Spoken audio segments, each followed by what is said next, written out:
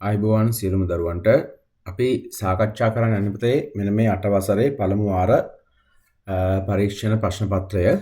ඔයාලට මේ ප්‍රශ්න පත්‍රේ ඔයාලා කරපු ප්‍රශ්න ටික හරිනම් හරි දාගන්න රතු පාට පෑනෙන්. ඒ වගේම වැරද්දක් තියෙනවා නම් ඒ වැරද්දත් රතු පාට පෑනෙන් ලියා ගන්න.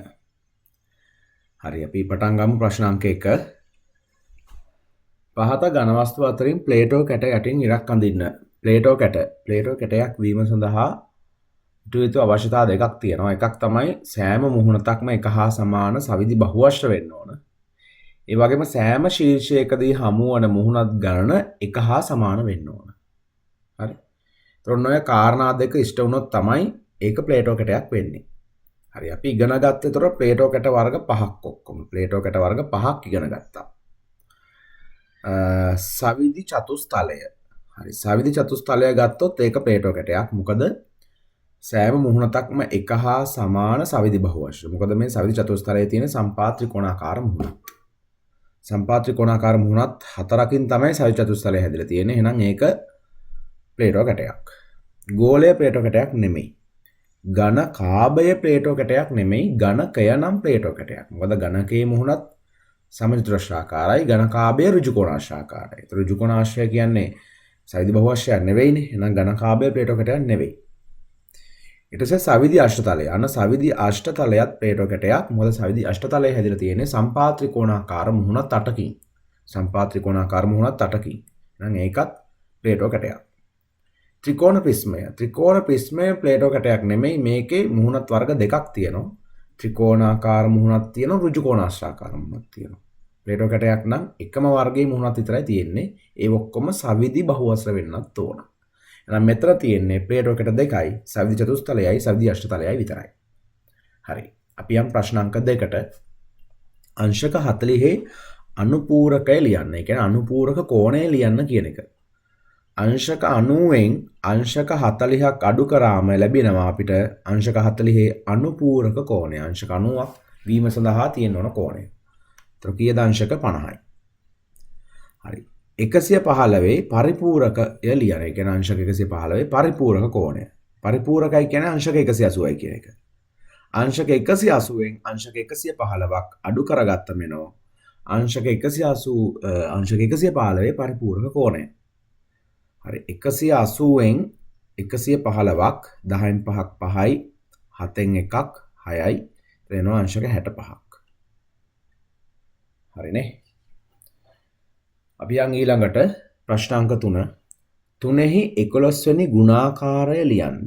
3 11 වෙනි ගුණාකාරය කියන්නේ 3 වරක් 11 33යි. ගුණාකාරනේ. ගුණාකාර කියමු 3 6 9 12 15 18 අන්න ඒ වගේ 11 වෙනි එක. 3 වරක් 1 3යි, පළවෙනි එක 3 වරක් 2 6යි, 3 වරක් 3 9යි. මේ විදිහට 3 වරක් 11 33යි. 11 වෙනි එක 3 වරක් 11 33යි. හරි. ප්‍රශ්න අංක 4. ධන 8 අඩු කිරීම ඍණ 1. එතකොට මේ තියෙන සදිස් සංඛ්‍යා දෙකක් අඩු කරලා. පුතේ අපි සදිස් සංඛ්‍යා අඩු කරන්නේ නැහැ. ඒ වෙනුවට ආකල ප්‍රතිලෝම එකතු කරනවා. එහෙනම් අපි මේක ලියා ගන්න ඕන මෙහෙම. ධන 8 අඩු කිරීම වෙනුවට දා ගන්නව එකතු කිරීම ඍණ 1 ආකල ප්‍රතිලෝමය ධන 1යි. හරිනේ. අඩු කිරීමෙන් පස්සේ තියෙන සදිස් සංඛ්‍යාවේ තමයි ආකල ප්‍රතිලෝමය ගන්න. හරි. දැන් මේකේ උත්තරේ ගත්තොත් ධන 8 එකතු කිරීම ධන 1. ඒතර දෙන්නගෙම සමාන ලකුණු එකතුවේ පිළිතුරේ ලකුණ එම ලකුණමයි. එහෙනම් උත්තරේ ධන 9යි. හරි. අපි යම් ප්‍රශ්න අංක 5ට පහත සංඛ්‍යාවල ආකල ප්‍රතිලෝමය ලියන්න. අන්න දැන් කිව්වනේ මම ආකල ප්‍රතිලෝමය ගැන. ආකල ප්‍රතිලෝමය කියන්නේ ලකුණ වෙනස් කරනවා. ඒක තමයි ආකල ප්‍රතිලෝමය වෙන්නේ. නම් 5න් එකේ ආකල ප්‍රතිලෝමය මේක ධනනේ. ධන 5න් එක ඍණ 5න් එකක් වෙනවා. හරිද? ධන 5න් එක ඍණ 5න් එකයි. දැන් සමහර ළමයි වරද්දලා මෙහෙම ලියලා ඇති. 1න් 5. හරි. මේ මොකද්ද? මේකට කියන්නේ පරස්පරය කියලා. මේක පරස්පරය හොඳයි. එහෙම ලියන්නේ නැහැ. මේක පරස්පරය. ඔක තමයි ආකල ප්‍රතිලෝමය. හරි. ඍණ 5 ආකල ප්‍රතිලෝමය ධන 5යි. ධන ලකුණු නම් දැම්මේ නැතත් කමක් නැහැ. කොහොම හරි ධන 5 තමයි එන්නේ. හරි. ප්‍රශ්න අංක 6. පොදු පදයේ n වර්ග වූ සංඛ්‍යා රටාවේ 7 වන පදය ලියන්න. දැන් පොදු පදයේ n වර්ග කිව්වම පොදු පදයේ n වර්ග වෙන්නේ මොන සංඛ්‍යා රටාවේද කියලා මතක් වෙන්න ඕන. ඒක මතක නැත්නම් අනිවාර්යෙන් පළවෙනි පාඩම බලන්නත් ඕන.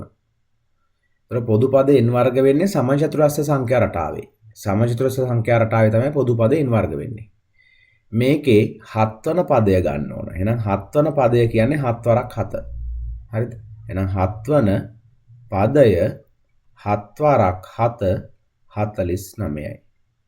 හරි. මෙම පොදු පදය අයත් වන්නේ කුමන සංඛ්‍යා රටාවටද? අන්න සමචතුරස්‍ර සංඛ්‍යා රටාවට. සමචතුරස්‍ර සංඛ්‍යා රටාව. ප්‍රශ්නාංක 7. පූර්ණ වර්ගයක එක ස්ථානයේ තිබිය හැකි ඉලක්කම් දෙකක් ලියන්න.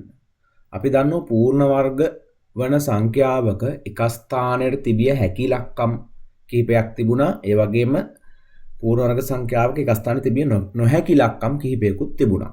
හරි අපි එය පොඩ්ඩක් මතක් කරගමු. එකේ වර්ගය 1යි. දැන් අපිට ගන්න පුළුවන් වර්ග කරලා. පූර්ණ වර්ග සංඛ්‍යා ලැබෙන්නේ වර්ගයෙන්නේ. එකේ වර්ගය 1යි. දෙකේ වර්ගය 4යි. තුනේ වර්ගය 9යි. හතරේ වර්ගය 16න් 6. හරිද?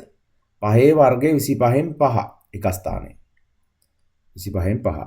හයේ වර්ගය 36 6 ලියලා තියෙන්නේ. හතේ වර්ගය 49න් 9 ලියලා තියෙන්නේ. ඊළඟට 8 වර්ගය 64න් 4ත් ලියලා තියෙන්නේ. ඊළඟට 10 වර්ගය 100යි 100 බිඳුව. බිඳුව මුලට හරි අගට හරි කමන්නේ නැහැ දැන්නට. ඔන්න එනම් පූර්ණ වර්ග සංඛ්‍යාවක එක ස්ථානට තිබිය හැකි ඉලක්කම් ටික තමයි මේ ලියලා තියෙන්නේ. එහෙනම් ඉලක්කම් 6ක් තියෙනවා. මෙන්න පූර්ණ වර්ග සංඛ්‍යාවක එක ස්ථානයට තිබිය හැකි ඉලක්කම්. මේ ඉලක්කම් 6න් දෙකක් ලිව්වනම් වැඩේ හරි. ඊට ඉලක්කම් පූර්ණ වර්ග සංඛ්‍යාවක එක ස්ථානයට තිබිය නොහැකි ඉලක්කම් වෙන්නේ 2 3යි 7 8යි. 2 3 7 8. මෙන්න මේවා පූර්ණ වර්ග සංඛ්‍යාවක එක ස්ථානට එන්න බෑ. හරිනේ? ප්‍රශ්නාංක 8. වරහන් ඉවත් කර සුළු කරන්න. 5x ධන 2 ගුණ කරන්න x ගෙන් වරහන් ඉවත් කරගන්න ඕන 2x ධන 2 ගුණ කරන්න y ගෙන් ධන 2y 2 ගුණ කරන්න ඍණ 7න් ධනයි ඍණයි දෙවරක් 7 14යි. දෙවරක් 7 14යි.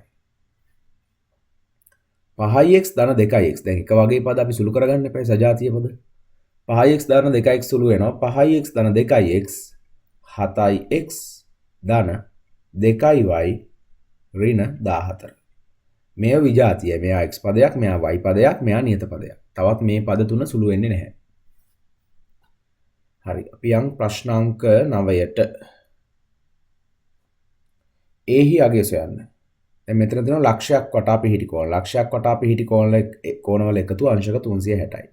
නම් ඒ එකතු කිරීම අංශක 130 එකතු කිරීම අංශක 90 සමානයි අංශක 360යි. හේතුව ලක්ෂයක් වටා පිහිටි කෝණ එකතු අංශක 360යි කියන එක. ඒ එකතු කිරීම 130යි 90යි එකතු කරගත්තම 210යි. sorry 9 10 12 220යි. සමානයි 360යි.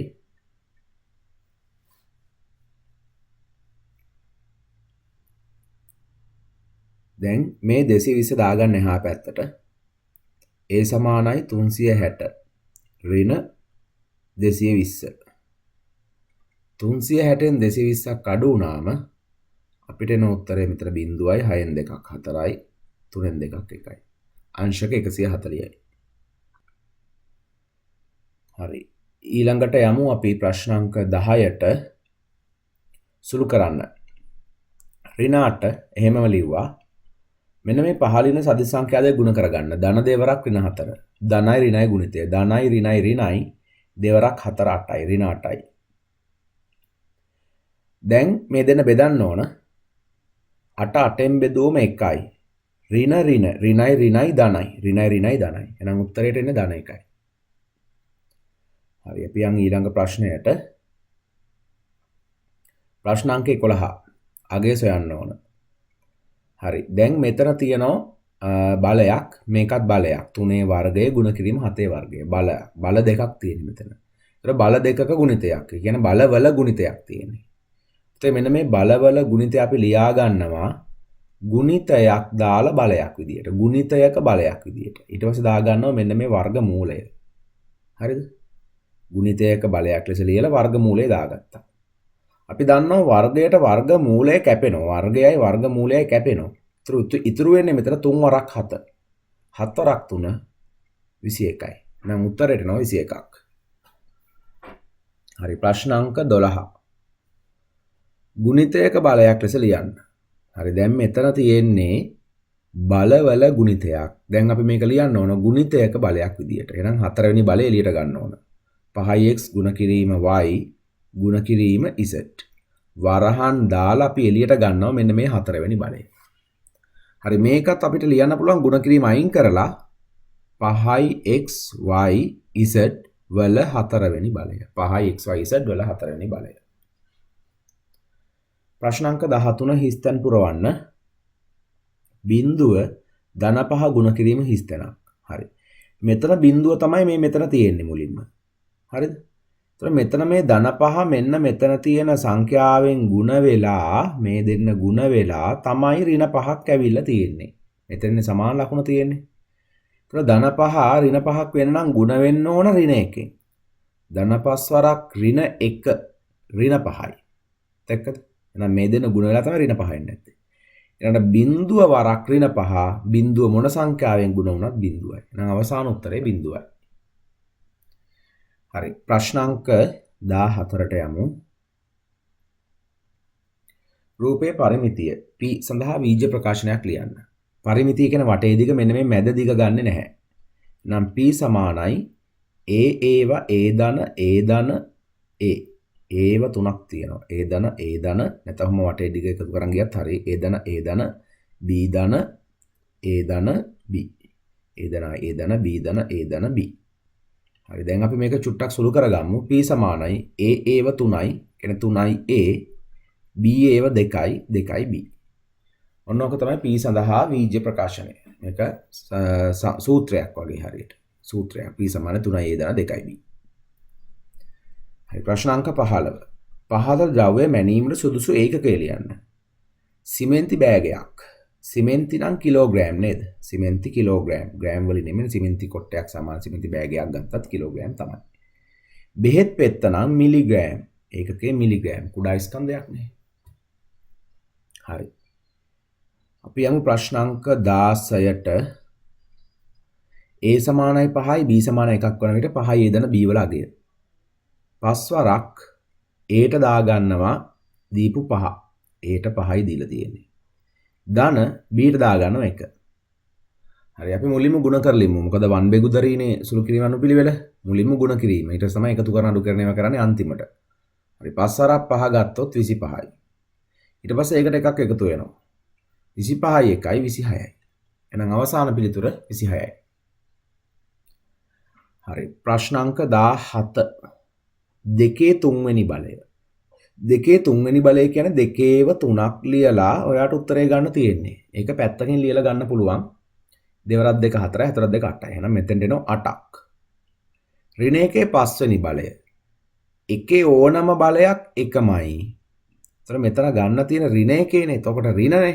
ඍණ සංඛ්‍යාවක මේ තියෙන ඔත්තේ බලයක්. 5 කියන්නේ ඔත්තේ බලයක්. හරි. 5 කියන්නේ ඔත්තේ.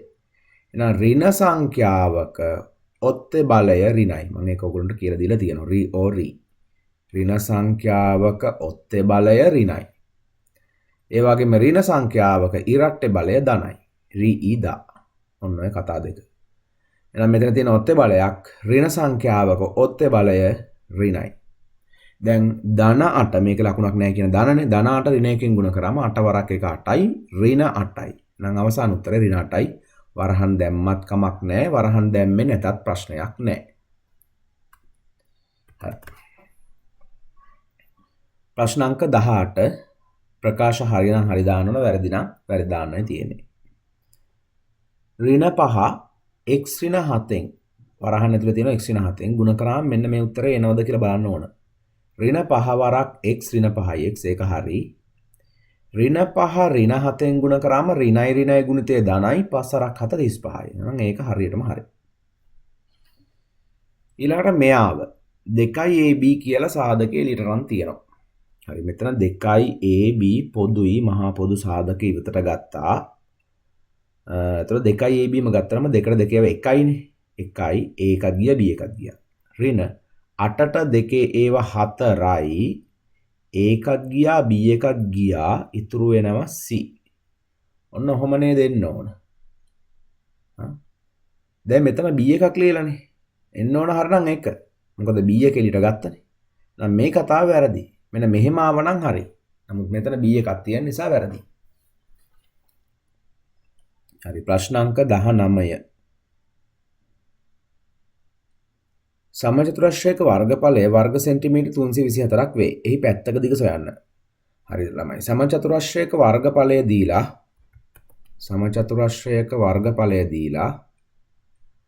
වර්ගඵලය 324යි වර්ග සෙන්ටිමීටර්. අපි හොයන්න ඕන පැත්තක දිග. හරි. එතකොට පැත්තක දිගින් ගුණ වෙලානේ වර්ගඵලය එන්නේ. දැන් දෙවරක් දෙක පැත්තක දිග දෙකක් වුණොත් වර්ගඵලය දෙවරක් දෙක 4යි. 3ක් වුණොත් 3 වරක් 3 9යි. එතකොට මෙයාගේ පැත්තක දිග දැන් වර්ගඵලය දීලා පැත්තක දිග ගන්න නම් වර්ගමූලය තමයි ගන්න ඕන. දැන් වර්ගඵලය 4යි නම් පැත්තක දිග වෙන්නේ වර්ගමූල 4නේ. නේ? පැත්තක දිග 9ක් වුණොත් වර්ගඵලය 9ක් වුණොත් පැත්තක දිග වෙන්නේ වර්ගමූල 9නේ. ඒ විදිහට මේකේ පැත්තක දිග ගන්නවා කියන්නේ 324 වර්ගමූලය හොයනවා කියන එක. හරිද? 324 වර්ගමූලය හොයන්න ඕන. ඒතර තමයි පැත්තක දිග එන්නේ. එහෙනම් අපිට ගන්න පුළුවන් මෙයාව වර්ගමූලය හොයන්න ක්‍රම දෙකක් තියෙනවා. එක්ක ප්‍රථමක සංඛ්‍යාව වලින් බෙදන් යන්න ඕන. නැත්තම් නිරීක්ෂණය මගින් ටක් ගාලා අපිට පුළුවන් 324 වර්ගමූලය හොයාගන්න. මම යනවා නිරීක්ෂණය ක්‍රමයට. නිරීක්ෂණ ක්‍රමයෙන් වර්ගමූලය හොයන්න. මුලින්ම මෙන්න මේ 4 ඉලක්කම නිරීක්ෂණය කරනවා. 4 එන්න පුළුවන් ක්‍රම දෙකක් තියෙනවනේ දෙවරක් දෙක 4යි. දෙක හෝ අනිත් එක හොයාගන්න 10න් දෙකක් අඩු කරනවා. 10න් දෙකක් 8යි. 8 වරක් 8 64යි 4 එනවා.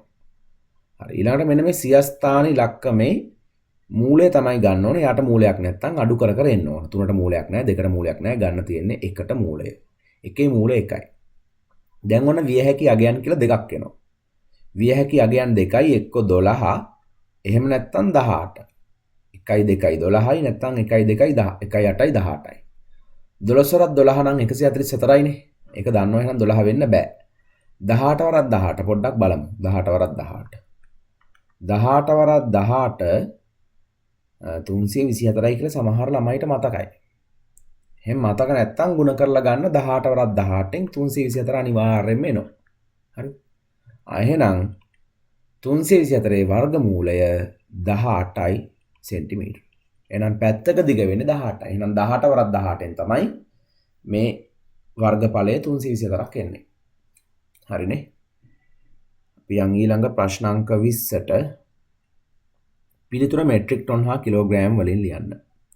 හරි. ටොන් සහ කිලෝග්‍රෑම් අඩු කරන්න තියෙන්නේ ටොන් 5යි කිලෝ 300යි. ටොන් 2යි කිලෝ 800ක් අඩු කරන්න ඕන. අඩු කිරීම. බිංදුවෙන් බිංදුවක් බිංදුවයි බිංදුවෙන් බිංදුවක් බිංදුවයි 3න් 8ක් බෑ. එකක් ගෙනාවා. 13න් 8ක්. එතන 5යි. ඊළඟට 4න් 2ක් 2යි. හරිනේ. 13න් 8ක් අඩු කරගත්තා 5යි. මෙතන 4න් 2ක් 2යි. එහෙනම් උත්තරේට එනවා ටොන් 2යි කිලෝ 500යි. ටොන් 2යි කිලෝ 500යි. හරි ඔන්න පුතේ අපි කෙටි ප්‍රශ්න 20ම සාකච්ඡා කරලා ඉවරයි. ඔයාලගේ උත්තර හරි නම් හරි දාගෙන ඇති දැන් මේ වෙනකොට වැරදි නම් වැරදි ඒවා රතු පාට පෑනෙන් හදාගන්න. යම් දෙයක් ලියා ගන්න බැරි වුණා නම් මගේ අරුණා නම් නැවත ඔයාලට පුළුවන් රෙකෝඩ් එක පස්සට අරගෙන බලන්න. හරි අපි යන් දෙවෙනි කොටසට.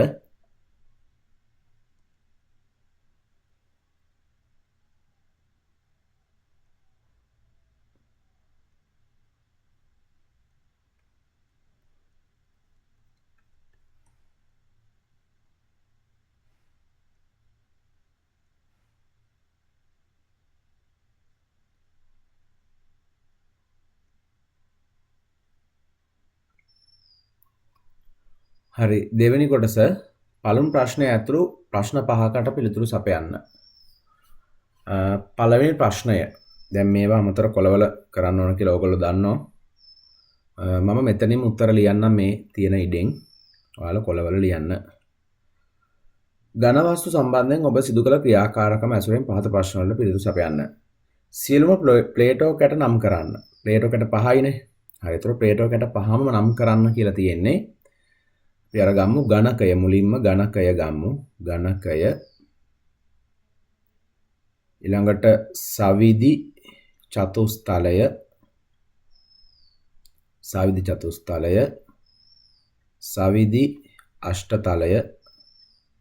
අෂ්ටතලය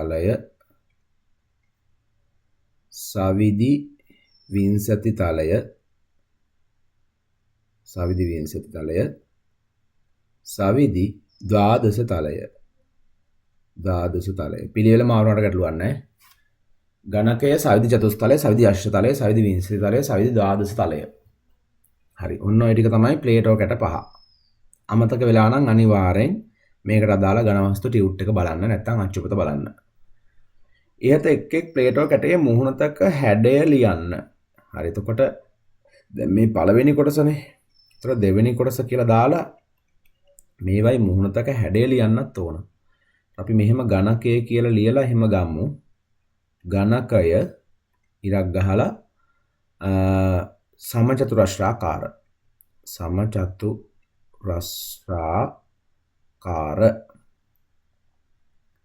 ඊළඟට සවිදි චතුස්තලය මේ දෙවෙනි කොටස සමපාද ත්‍රිකෝණාකාර සවිදි අෂ්ටතලයත් එහෙමමයි. සවිදි අෂ්ටතලයත් සමපාද ත්‍රිකෝණාකාරමයි. ඒක ආයි ලියන්න මම මෙතන මෙහෙම එකක් දැම්මා. සවිදි විංශති තලයත් සමපාද ත්‍රිකෝණාකාරමයි. සවිදි විංශති තලයත් තල 20යිනේ මුහුණත් 30යිනේ. මුහුණත් 30ම සමපාද ත්‍රිකෝණාකාරයි. ඊළඟට සවිදි ද්වාදස තලය ෆුට්බෝලේ වගේ සවිදි පංචාශ්‍රාකාරයි. මුහුණතක හැඩය සවිදි පංචාශ්‍රාකාර. හරිනේ.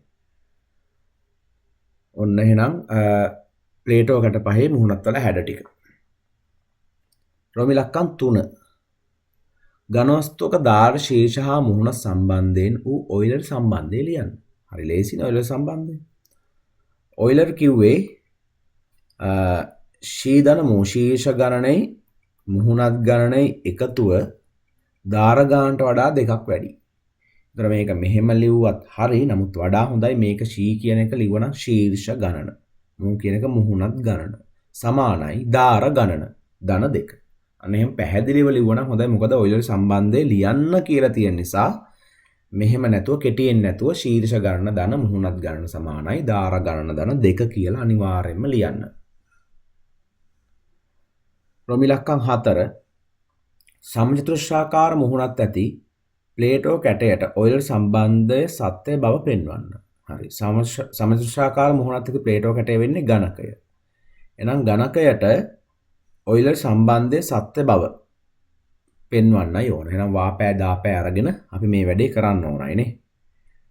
හරි. මම ගන්නම් මේ පැත්තක්. එක පැත්තක් මේකට.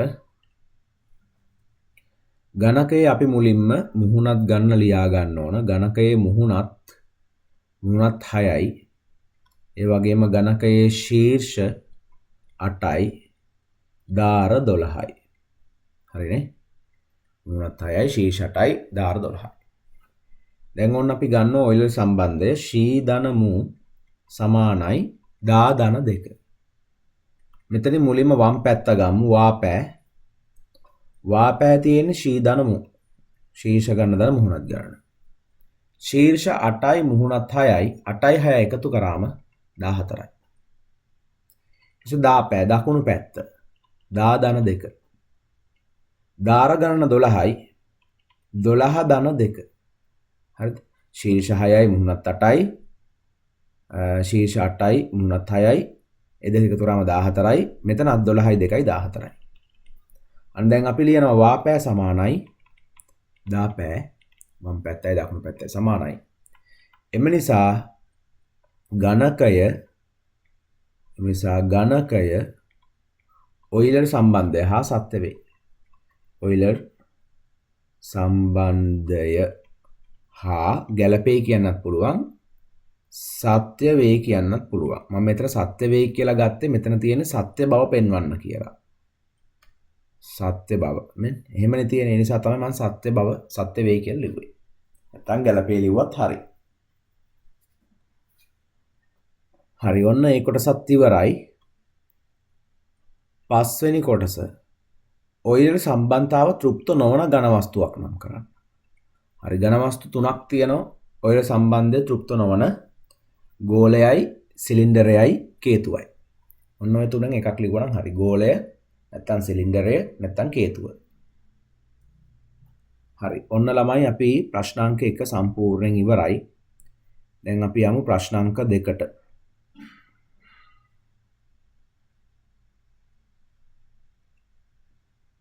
ප්‍රශ්නාංක 2. එක්සි අගය සොයන්න. හරි මේ තියෙන සරල රේඛාවක් මත පිහිටි කෝණ. සරල රේඛාවක් මත පිහිටි කෝණවල එකතුව අංශක 180යි. මම මෙතනම හදන්නම් ඕගොල්ලෝ අමතර කොළවල හදන්න. x එකතු කිරීම 5x සමානයි අංශක 180යි. හේතුව සරල රේඛාවක් මත පිහිටි කෝණ කියලා ලියන්න ඕන හේතුවට. x ධන 5x 6x සමානයි අංශක 180යි. දැන් අපි දෙපසම 6ෙන් බෙදනවා. දෙපසම 6ෙන් 6 6 කැපිලා ගියාම 180ට 6 ඒවා 30යි. එහෙනම් x සමානයි 30යි. x වලගේ විතරයි අහන්නේ 5x ඒ නිසා හොයන්න අවශ්‍ය වෙන්නේ නැහැ. හරි. යන් දෙවෙනි b කොටසට රූපේ දී තොරතුරු ඇසුරෙන් පහත අසා ඇති ප්‍රශ්න වලට පිළිතුරු සපයන්න. b කොටසේ හේතු දක්වමින් STQ කෝණයේ විශාලත්වය සොයන්න. STQ මෙන්න මේ කෝණය STQ. හරි. මෙයා 25යිනේ. එහෙනම් මෙයත් 25යි. මොකද එයත් 25ක් වෙන්නේ මේ ප්‍රතිමුඛ කෝණ. සරල රේඛා දෙකක් මෙන්න එක සරල රේඛාවක් මෙන්න තවත් සරල රේඛාවක්. සරල රේඛාවක් එකිනෙක ඡේදනය වීමෙන් සෑදෙන මොන කෝණ සමානයිද? ප්‍රතිමුඛ කෝණ සමානයි. නම් පළවෙනි කොටසට STQ කෝණයේ විශාලත්වය උතර කෝණ ලකුණ සමානයි අංශක 25යි. හේතුව ප්‍රතිමුඛ කෝණ සමාන නිසා. සමාන නිසා නැත්නම් සමාන වේ. සමාන නිසා නැත්නම් සමාන වේ. හරි. දෙවෙනි කොටස අනුපූරක කෝණ යුගලයක් නම් කරන්න. අනුපූරක කෝණ කියන්නේ කෝණ යුගලයක එකතු අංශක 90ක් වෙනවනම්. දැන් බලන්න කෝණ යුගලයක එකතු අංශක 90ක් වෙන්නේ කොතනද? යුගලයක් නම් කරන්න ඕන එක යුගලයක්. බලන්න පොඩ්ඩක් 65යි 25යි එකතු කරලා. 65යි 25යි. 5යි 5යි 10න් බින්දුව එකක් ඉතිරි 6යි 2යි 8යි 1යි 9යි. අන්න අංශක 90යිනේ. එහෙනම් ඒ දෙන්න අනුපූරක කෝණ යුගලයක්. නම් මෙයා ගන්න ඕන YTS. YTS කෝණය හා STQ කෝණය. හරිනේ. YTS කෝණය හා STQ කෝණය. ඔන්න ඔය කෝණ දෙක අනුපූරක කෝණ යුගලයක්. තව යුගලයක් තියෙනවා. ඇයි මේකත් 25යිනේ. ඒතර මෙහෙමත් ගන්න පුළුවන්. PTR කෝණය හා YTS. PTR එකයි YTS එකයි. YTS එක 65යිනේ. අය දෙන්න ගන්නත් පුළුවන්. හරිනේ. ඔය දෙකෙන් ඕන එකක්. වඩා හොඳයි මේක. හරියන් තුන්වෙනි කොටසට PTR කෝණය හා YTR බද්ධ කෝණද PTR PTR ඊට පස්සේ YTR මෙන්න මේ දෙන්න බද්ධ කෝණ දානවා. හරි. PTR කියන්නේ මෙන්න මෙතන කෝණය. YTR කියන්නේ මෙන්න මේ කෝණය. මේ දෙන්න බද්ධ කෝණ යුගලයක් වෙන්න නම් ඉටු අවශ්‍යතා තුනක් තියෙනවා. එකක් තමයි පොදු ශීර්ෂයක් තියෙන්න ඕන. පොදු බාහුවක් තියෙන්න ඕන. ඒ වගේම පොදු බාහුවෙන් දෙපැත්තේ කෝණ යුගලය පිහිටලා තියෙන්නත් ඕන. හරි. දැන් අපිට මේක දිහා බැලුවම පේන පොදු ශීර්ෂයක් නම් තියෙනවා. දැන් PTR ගෙත් T තමයි ශීර්ෂය. ඒ වගේම YTR ගෙත් T තමයි ශීර්ෂය. හරිද? ඒතර පොදු ශීර්ෂයක් තියෙනවා. පොදු බාහුවකුත් තියෙනවා. පොදු බාහුව ගත්තොත් RT. දැන් PTR ගේ මෙන්න මේ PTR ගේ බාහුව දෙක ගත්තොත් PT සහ TR නේ. එතකොට එක්කෙනෙක් PT අනිත් එක්කෙනා TR. YTR ගත්තොත් YTR ගේ බාහුව දෙක වෙන්නේ YT එකයි TR එකයිනේ. ඒක දෙන්නගේම පොදු බාහුව වෙන්නේ මොකද්ද? TR එක නැත්නම් RT එක. මෙන්න මේ බාහුව. පොදු බාහුවකුත් තියෙනවා. හැබැයි පොදු බාහුවෙන් දෙපැත්තේ නෙමෙයි කෝණ දෙක තියෙන්නේ. එකම පැත්තේ එකම පැත්තේ. මේ පැත්තට තියෙන උඩ පැත්තට තියෙන කෝණ දෙකම. පල්ලෙහාට මේ පැත්තට එකක් නැහැ. එහෙනම් මේක බද්ධ කෝණ යුගලයක් වෙන්නේ නැහැ. හේතුව තමයි පොදු බාහුවෙන් දෙපස කෝණ යුගලය පිහිටලා නැහැ. හරි. ඒතර ඔබේ පිළිතුරට හේතු දක්වන්න කිව්වම අර හේතුව විතරක් ලිව්වත් ප්‍රමාණවත්. නැත්නම් ඔය හේතු තුනම ලියන්න පුළුවන්. කොහොම හරි කමන්නේ. මුලින්ම ගන්න ඕන එතකොට බද්ධ කෝණ යුගලයක් නොවේ. බද්ධ කෝණ යුගලයක් නොවේ. හේතුව පොදු බාහුවෙන් දෙපස කෝණ යුගලය පිහිටා නැත. හරි. පොදු බාහුවෙන් දෙපස කෝණ යුගලය පිහිටා නැත කියලා ලිව්වනම් වැඩේ හරි. පොදු බාහුවෙන් දෙපස කෝණ යුගලය පිහිටා නැත. හොඳටම ප්‍රමාණවත්. අරව කියන්න අවශ්‍ය නැහැ පොදු ශීර්ෂයක්. ඇත අපි පන්තියේදී ලිව්ව තමයි. ඒ ඔයගොල්ලන්ට හොඳට පුළුවන් වෙන්න. නමුත් දැන් අදාළ පොයින්ට් එක විතරක් ලිව්වම ඇති. ඇයි මේක බද්ධ කෝණ යුගලයක් නොවෙන්නේ? පොදු බාහුවෙන් දෙපස කෝණ යුගලය පිහිටා නැති නිසා. ඒකනේ හේතුව. පොදු බාහුවෙන් දෙපස කෝණ යුගලය පිහිටා නැත.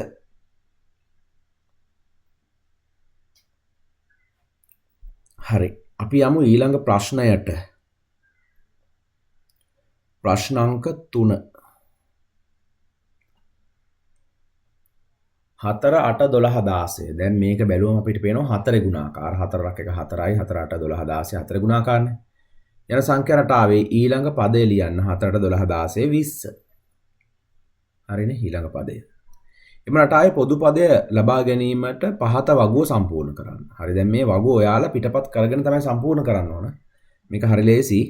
මේ බලන්න 4 ගුණාකාර එන විදිය තමයි මේකේ තියෙන්නේ.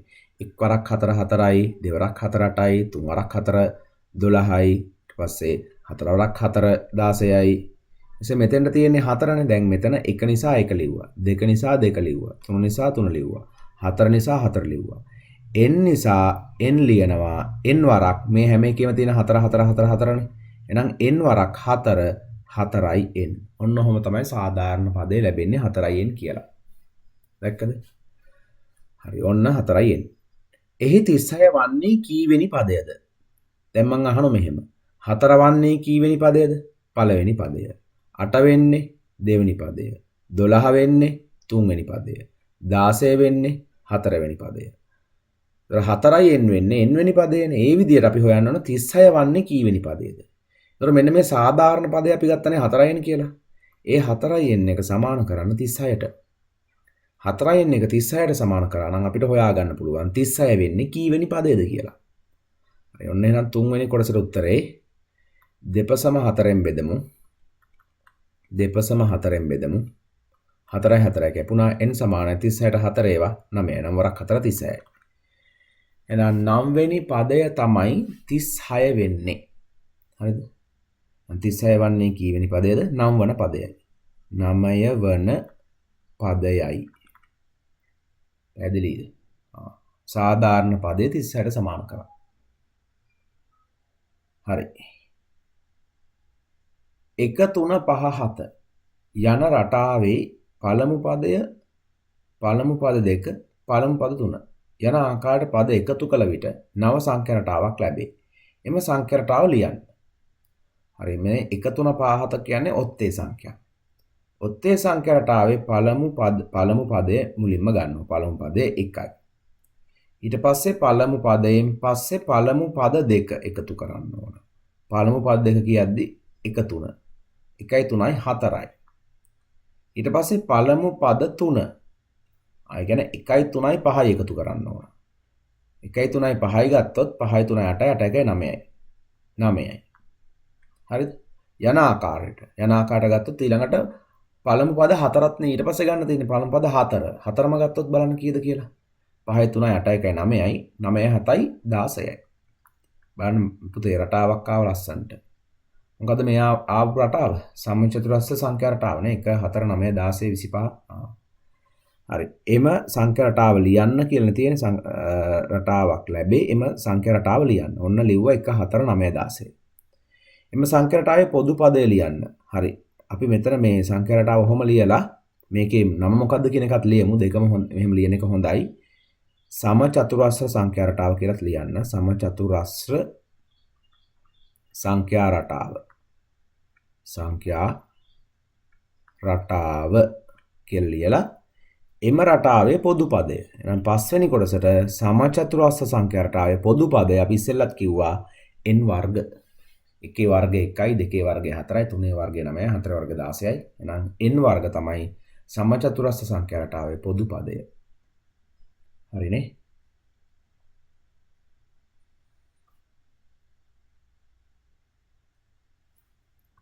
හරි අපි යමු ඊළඟට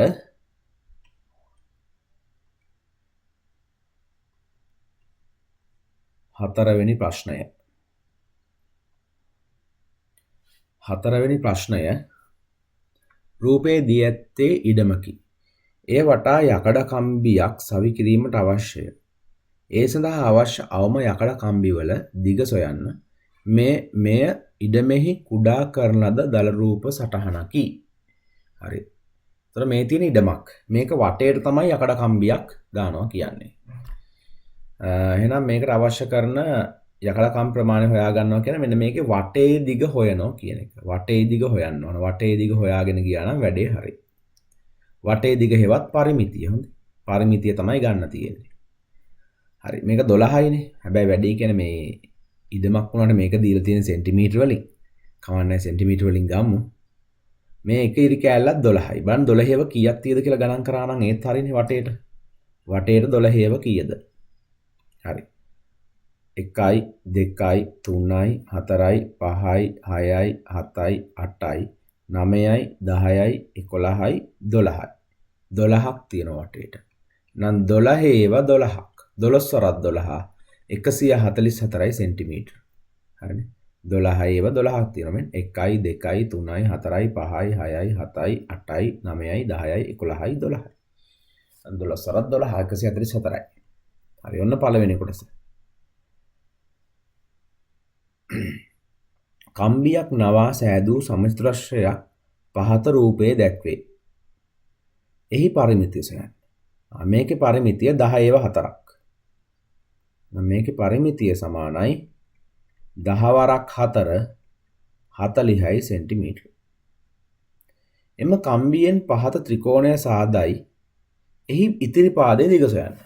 එතකොට මේ කම්බියෙන් දැන් මෙන්න මේ සමචතුරාකාර නවපු කම්බියෙන් තමයි මේ ත්‍රිකෝණය හදනවා කියන්නේ. එතකොට ඒකේ මේ ඉතුරු පාදය දැන් මේක 15 නම් මේ පැත්තත් 15යිනේ.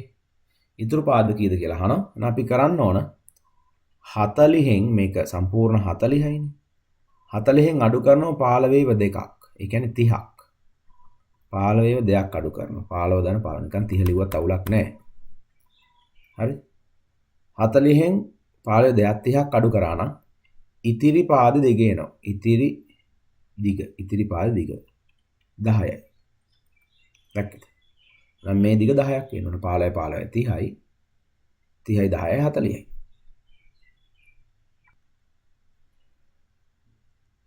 හරි. අපි යමු ඊළඟට පස්වෙනි ප්‍රශ්නය. පස්වෙනි ප්‍රශ්නය. ටොන් 16යි කිලෝ 806න් බෙදන්න ඕන. හරි මම මේ පැත්තෙන් බෙදන්නම්.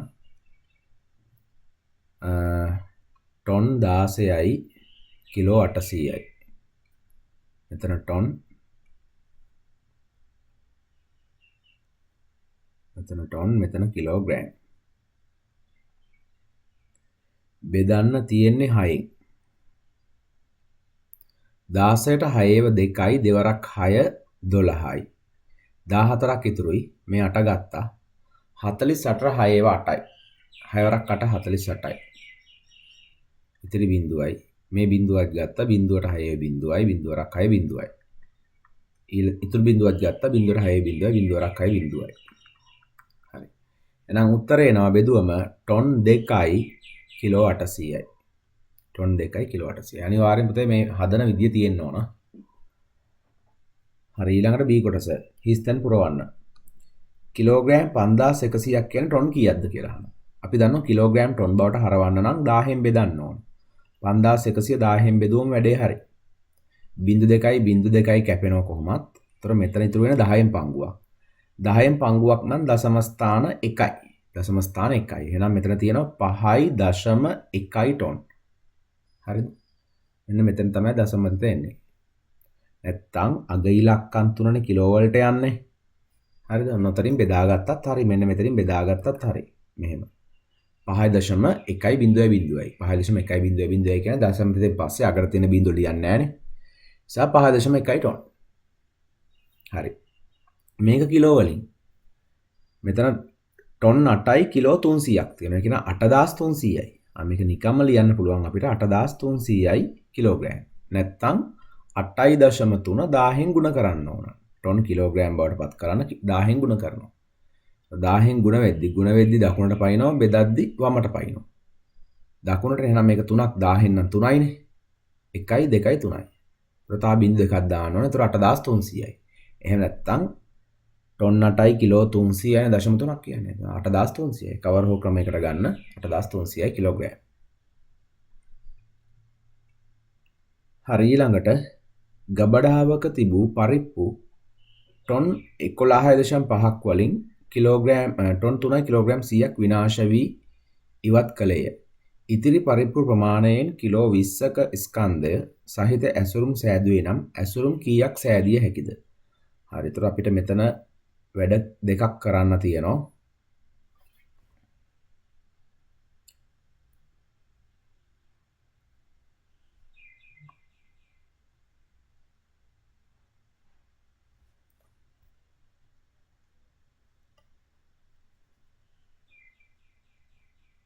හරි අපි මුලින්ම කරන්න ඕන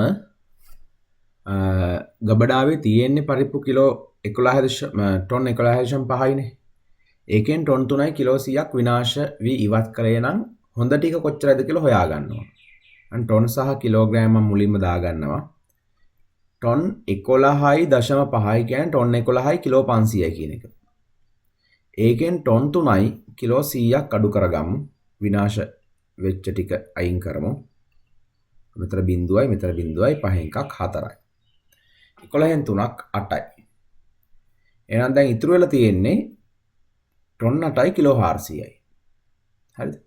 ඉතිරි ප්‍රමාණයෙන් කිලෝ 20ක ස්කන්ධ සහිත ඇසුරුම් සෑදුවේ නම් ඇසුරුම් කීයක් සෑදිය හැකිද? දැන් බලන්න ඕන මෙතන ඉතුරු වෙලා තියෙනවා ටොන් 8යි කිලෝ 400ක්. ඒ කියන්නේ කිලෝ වලින් ගත්තොත් කිලෝම විතරක් තියෙනවා 8400ක්. ටොන් එකක් කියන කිලෝ 1000යි. ඒතර මෙතන ටොන් 8ක් කියන කිලෝ 8000ක්. 8000යි 400යි 8400ක් තියෙනවා. අන්නේ කිලෝ 8400 බෙදන්න ඕන කිලෝ 20 පැකට් වලට. කිලෝ 20 ස්කන්ධයක් සහිත ඇසුරුම් හදනවා නම් කිලෝ 20ෙන් බෙදන්න ඕන. 20 ඒවා කීයක් හදන්න පුළුවන්ද? 8400. 84ට 20 ඒවා අපිට පුළුවන් 4ක් ගන්න. 4 වරක් බිඳුව බිඳුවයි 4ක් 2 8යි. මෙතන 4ක් ඉතුරුයි. මේ බිඳුව ගත්තා. 40ට 20 ඒවා 2යි 20 ඒවා 2ක් 40යි. බිඳුවයි ඊළඟ බිඳුවත් ගත්තා. බිඳුවර 20 බිඳුවයි. බිඳුවරක් 20 බිඳුවයි. ඉතිරි බිඳුවයි. හරි. එහෙනම් මේ කිලෝ 8400න් 20 පැකට් 420ක් හදන්න පුළුවන්. එහෙනම් අපෙන් අහන්නේ ඇසුරුම් ගන්න කීයද කියලානේ. නම් ඇසුරුම් 420යි. ඔන්න ඕක තමයි උත්තරේ. අනිවාර්යෙන් මෙතන අඩු කරලා තියෙන්න ඕන, බෙදලා තියෙන්න ඕන. ඒවටත් ලකුණු දෙනවා. හරිද? මේක සම්පූර්ණ මෙතන ඇසුරුම් ගන්න තමයි ආවේ. 420. හරි අපි යම් ප්‍රශ්න අංක 6ට. ප්‍රශ්න අංක 6.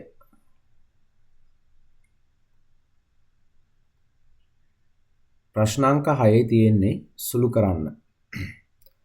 හරි මේක වරහන් ඉවත් කරලා අපි සුළු කරමු.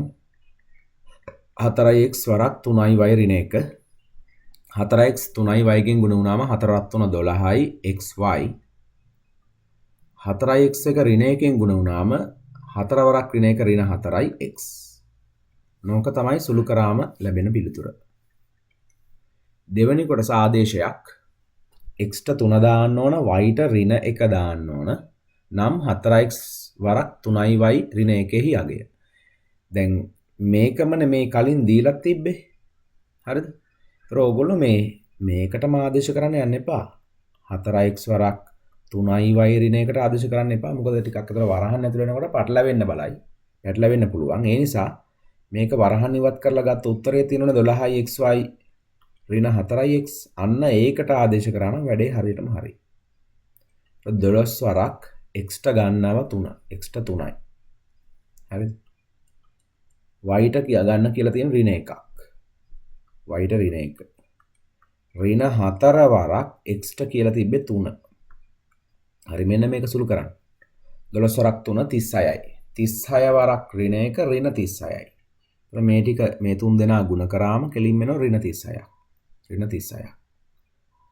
4 ඍණ 4 වරක් 3 ඍණ 12යි. ඍණ 12යි. එතන ඍණ 12ක් වෙනවා. හරි දැන් ගුණ කරලා ඉවරයි. දැන් මෙයා ඍණ 36යි මෙයා ඍණ 12යි දෙන්නගෙම සමාන ලකුණු. නම් මේ දෙන්න එකතු වෙනවා. සමාන ලකුණු එකතු වෙයි පිළිතුරේ ලකුණ එම ලකුණමයි. 36යි ඍණ 12යි. ඍණ 36යි ඍණ 12යි ඍණ 6යි 2යි 8යි 3යි 1යි 4යි ඍණ 48. හරිනේ. ඔන්න එහෙනම් උත්තරේ ඍණ 48යි. හරි. අපි යමු B කොටසට එකේ. ඍජු කෝණාශ්‍රයක දිග Aද එහි පළල 4ක්ද වේ. දිග පැත්ත පමණක් 5කින් වැඩි කරමින් නව ඍජු කෝණාශ්‍රයක් සාදයි. ඍජු කෝණාශ්‍රය වටා සීමා මායිම් රේඛාවක් ඇඳීමට අවශ්‍යය. සීමා මායිම් රේඛාවේ වට වූ ඍජු කෝණාශ්‍රයෙහි දල සටහනක් ඇඳ එහි දිග හා පළල ලකුණු කරන්න කියලා තියෙනවා පළවෙනි කොටස. හරි මම මේ වැඩේ පටන් ගන්නම් මෙතනින්. අපි අඳින්න ඕන ඍජු කෝණාශ්‍රයක්.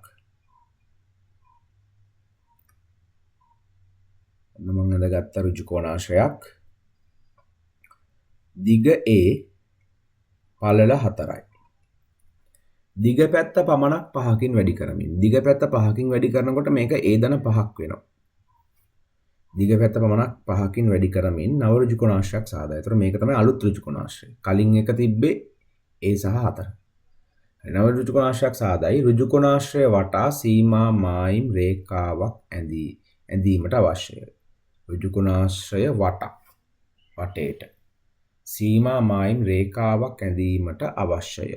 සීමා මායිම් රේඛාවෙන් වට වූ ඍජු කෝණාශ්‍රය දල සටහනක් ඇඳ එහි දිග හා පළල ලකුණු කරන්න. ඒ කියන්නේ මෙන්න මේකම තමයි සීමා මායිම් කියන්නේ. ඍජු කෝණාශ්‍රය වටා සීමා මායිම්. දැන් මේක තමයි ඍජු කෝණාශ්‍රය වටේ සීමා මායිම්. මේකේ දිග පැත්ත A ධන 5ක් වෙනකොට පළල පැත්ත 4යි. හරිද? 4යි සෙන්ටිමීටර. මේකත් සෙන්ටිමීටර තමයි. හරි ඒකත් ඕනනම් දාගන්න පුළුවන්. එහෙම වුණොත් වරහන් දාන්න වෙනවා මෙහෙම. වරහන් දාලා තමයි සෙන්ටිමීටර දාන්නේ. සීමා මායිම් රේඛාවෙන් වට වූ ඍජු කෝණාශ්‍රය දල සටහනක් ඇඳ එහි දිග හා පළල ලකුණු කරන්න. ඔන්න පළවෙනි කොටස ඉවරයි. මේක තමයි ඔය කියලා තියෙන්නේ. ඔය කියලා තියෙන්නේ මෙන්න මේ කොටස. හරි දෙවෙනි කොටස සීමා මායිම් රේඛාවෙන් වට වූ ඍජු කෝණාශ්‍රයේ වර්ගඵලය සඳහා වීජ්‍ය ප්‍රකාශනයක් ලියා සුළු කරන්න. හරි දැන් අපි මේකේ වර්ගඵලය ගන්න ඕන. වර්ගඵලය කියන්නේ දිග ගුණ කිරීම පළල. දිග A ධන 5 ගුණ කරන්න ඕන 4න්. පළල වන 4න්. හරි මේ ගුණ කිරීම 4 අපි ඉස්සරහට දාගෙන 4 වරක් A ධන 5 කියලා ලියනවා. දැන් අපිට පුළුවන් මේකේ වරහන් ඉවත් කරලා මේක සුළු කරන්න. 4 වරක් A 4යි A 4 වරක් ධන 5 ධන 20යි. 4 වරක් 5 20යි. හරිනේ. ඔන්න එහෙනම් ඍජු කෝණාශ්‍රයේ වර්ගඵලය සඳහා වීජ්‍ය ප්‍රකාශනයක් ලියලා සුළු කරා. හරි. ඒ කොටසත් ඉවරයි. C කොටස 5යි A ඍණ 3යි B ධන A ධන 7යි B ඍණ 9. හරි මෙන්න මේක සුළු කරන්න ඕන. දැන් අපි කරන්නේ සජාතීය පද. එක වගේ පද එක ළඟට ගන්න ඕන. අපිට පුළුවන් 5යි a ළඟට ධන a ගන්න. ධන a. හරි. ඊළඟට ඍණ 3යි b ළඟට ගන්න පුළුවන් ධන 7යි b. ඔන්න b පදත් ගත්තා. ඍණ 9 කියන්නේ නියත පදයක්. එයා හැමම ලිව්වා. දැන් එක වගේ පද සුළු කරමු. 5යි a ධන a 6යි a ඍණ 3යි b ධන 7යි b 7න් 3ක් අඩු වෙලා ධන 4යි b 7න් 3ක් 4යි b ඊට පස්සේ ඍණ 9. හරි.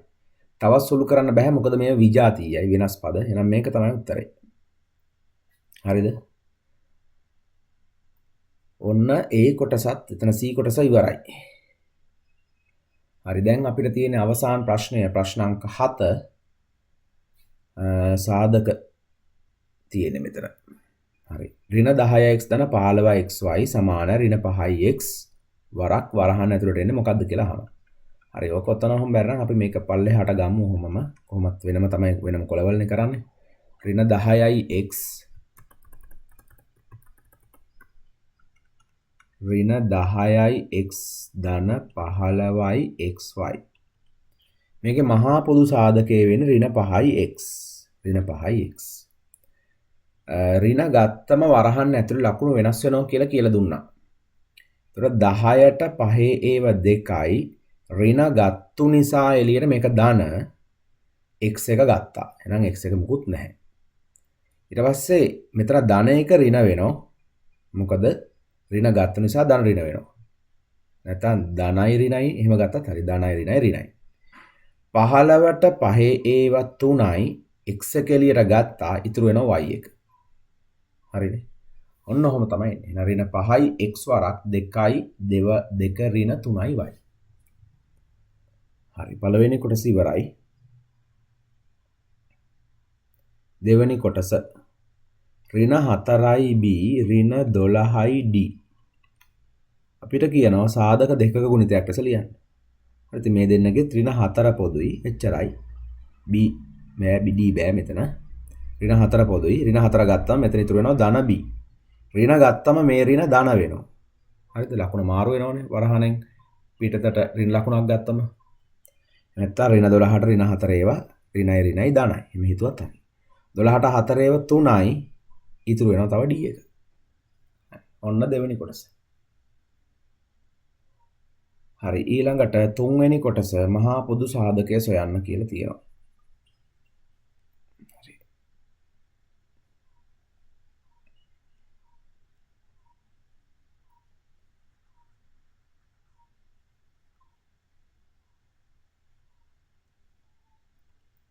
මහා පොදු සාධකය හොයමු තුන්වෙනි කොටස. 6යි xy 6යි xy සහ 8යි xyz. අපි මේව ලියා ගන්නවා 6 කියන සංඛ්‍යා ලියා ගන්නවා ප්‍රථමක සංඛ්‍යාවලින්. ප්‍රථමක සංඛ්‍යාවල ගුණිතයක් විදිහට තමයි ලියාගන්නේ. 6 ප්‍රථමක සංඛ්‍යාවලින් ගත්තොත් දෙවරක් 3. දෙවරක් 3 වරක් x වරක් y. 8 ප්‍රථමක සංඛ්‍යාවලින් ගත්තොත් දෙවරක් 2. 8යි දෙවරක් 2 4 4 2 8යි. ඊට පස්සේ x ඉන්නවා y ඉන්නවා z ඉන්නවා. හරි මාපෝසා වලට ගන්න ඕන මහා පොදු සාධකය. මේවයි පොදු සාධක වට කරන්න. පොදු ඒව දෙකක් පොදුයිනේ. තව x පොදුයි. තව y පොදුයි. එච්චරයි. එහෙනම් 2යි x y තමයි මාපෝසා. හරිද? ඔන්න ඔය ක්‍රමයට හදාන්න නැත්නම් අපිට බෙදීමේ ක්‍රමය යන්නත් පුළුවන්. මේ විදිහට බෙදීමේ ක්‍රමය 6xy 8xyz ලියලා මේ දෙන්නම බෙදන්න පුළුවන්. සංඛ්‍යා සහ පද හොයන මේ විදිහට කරන්න පුළුවන්. වඩා හොඳයි මේ විදිහට. හරි. හතරවෙනි අවසාන කොටස මහා පොදු සාධක එක් සාධකයක් ලෙස ගනිමින් සාධක දෙකක ගුණිතයක් ලෙස ලියන්න. හරි. මම මේ කොටස මෙතෙන්ටම ගන්නම් මේ ටික මකලා දැන්.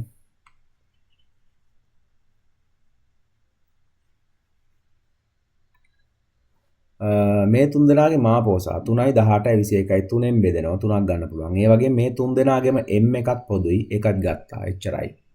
3ට 3 ඒවා 1යි m එක ගත්තා ධන 18ට 3 ඒවා 6යි 6 වරක් 3 18යි m වර්ගයෙන් m එකක් ගත්තම තව m එකකුත් ඉතුරුයි ඒ වගේම n එකත් ඉතුරුයි ධන 21ට 3 ඒවා 7යි 4ක් 3 21යි m එක ගත්තම ඉතුරු වෙනවා q එක හරිනේ එච්චරයි ඔන්න එහෙනම් සාධක දෙකක ගුණිතයක් හරිනම් මේක ගත්තොත් සාධක වල ගුණිතයක් ලෙස ඒ සාධක කිහිපයක් ඇවිල්ලා තුන් වරක් m වරක් එහෙමනේ තියෙන්නේ හරිද ඒක ගැටලුවක් නෑ මේක තමයි උත්තරේට එන්නේ හරි ඔන්න පුතේ අපි සම්පූර්ණ ප්‍රශ්න පත්‍රයම සාකච්ඡා කරලා ඉවරයි දැන් ඔයාලා පන්තියට එනකොට මේකේ හරි වැරදි හදාගෙන තමයි අරන් එන්න ඕන මේ අනිවාර්යෙන් පන්තියට අරන් එන්න හරිද මම චෙක් කරලා බලනවා එහෙනම් හැමෝටම උත්සාහයි අයබෝවන්